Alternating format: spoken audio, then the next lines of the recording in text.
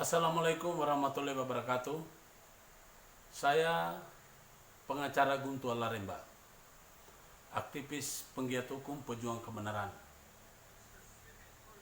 yang juga sekaligus sebagai simbol perlawanan dari segala bentuk kecurangan yang dilakukan oleh aparat penegak hukum.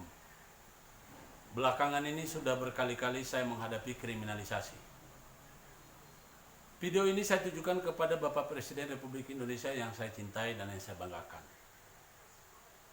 Bapak, carut-marutnya ekonomi di negara ini sebetulnya permasalahannya cuma tidak ada ketegasan terhadap yang namanya penegakan hukum. Penegakan hukum yang selama ini Bapak suarakan hanyalah merupakan simbol di atas, tapi di bawahnya tidak pernah terlaksana dengan baik. Untuk itu Bapak Presiden, untuk mengurangi kejahatan, terutama korupsi dan kemudian orang ngoceh sana ngoceh sini yang kadang-kadang nggak bertanggung jawab. Setiap orang kan sudah disumpah. Orang menikah saja disumpah. Ya. Sumpah itu harusnya lebih tinggi kedudukannya daripada undang-undang dan konstitusi. Kalau kita mau menegakkan sumpah, setiap orang sesuai dengan sumpahnya, dia harus taat. Dan kalau dia tidak bisa menjalankan sumpahnya, maka dia bersedia untuk menerima konsekuensi, maka saya yakin akan kurang yang namanya kejahatan ataupun yang namanya penyimpangan. Karena kita tahu, ya, aparatur negara, aparat penegak hukum, aparat ataupun PNS, semua bekerja selalu diawali dengan sumpah. Tapi ketika mereka bekerja melanggar sumpah, tidak diberikan sanksi. Siapa yang memberikan sanksi? Atasannya juga melanggar sumpah. Jadi menurut saya kuncinya cuma satu, Bapak Presiden. Harus berani membuat terobosan, yakni membentuk namanya Mahkamah Sumpah. Mahkamah Sumpah ini kerjanya ya cuma menyidangkan semua orang yang pernah disumpah melanggar. Ya. Jadi ketika dia sudah melanggar, langsung dipecat. Sidangnya cuma sidang singkat 3 hari. Hakimnya bukan hakim yang sudah disumpah, bukan, tapi masyarakat yang dipilih secara bergilir dari 33 provinsi ditambah dari pusat. Jadi kalau Mahkamah Sumpah yang di pusat untuk menyidangkan orang-orang pusat, maka dia terdiri dari 35 orang. Provinsi 30 orang dan kabupaten kota adalah 25 orang. Ya.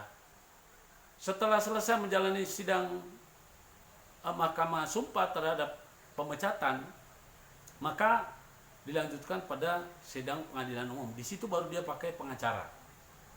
Dalam proses persidangan Mahkamah Sumpah untuk pemecatan, dia tidak butuhkan pengacara sebagai pembela, karena dia harus membuktikan pembuktian terbalik, ya.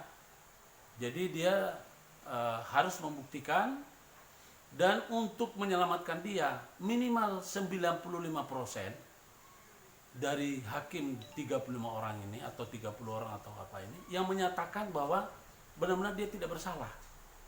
Tapi kalau 90% dia tetap dipecat. Sehingga orang akan jadi malu. Pejabat, menteri, gubernur dipecat. Malu sama keluarganya. Jadi untuk membudayakan malu itu haruslah dengan kita ada Mahkamah Sumpah.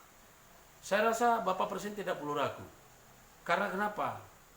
Maaf, Komisi Yudisial, yang namanya Komisi Kompolnas, yang namanya Komisi Kejaksaan, Komisi Pemberantasan Korupsi, sepertinya tidak terlalu ngefek. Ya, padahal biaya mereka habiskan terlampau banyak. Kalau Mahkamah Sumpah bisa diadakan, maka tidak dibutuhkan komisi-komisi lain atau Dewan Pengawas yang lain. Karena Dewan Pengawas itu cuma mendapatkan duit tapi tidak dapat hasil, nggak sebanding. Jadi sekali lagi Bapak Presiden, saya bukan politisi, bukan orang yang sedang mengeluh karena tidak kebagian kue, seperti orang-orang itu yang sampai sekarang masih nyanyi, mereka itu sebetulnya bukanlah atas sama rakyat, tapi atas sama perutnya. Ya, mereka mengatasnamakan rakyat dari dulu tidak memilih Bapak Presiden. Mereka adalah lawannya Bapak. Jadi kalau mereka protes sekarang ini, ya mereka bukan karena atas sama rakyat. Atas nama tuh pilihan mereka tidak didengar oleh rakyat. Jadi sampai sekarang mereka ngeyel. Mereka itu justru provokator itu, ya. Dan itu harus Bapak bertindak. Kalau Bapak biarkan, maka akan lahir provokator baru, generasi baru yang akan merongrong. Terima kasih. Wabillahi taufiq wal hidayah. Wassalamualaikum warahmatullahi wabarakatuh.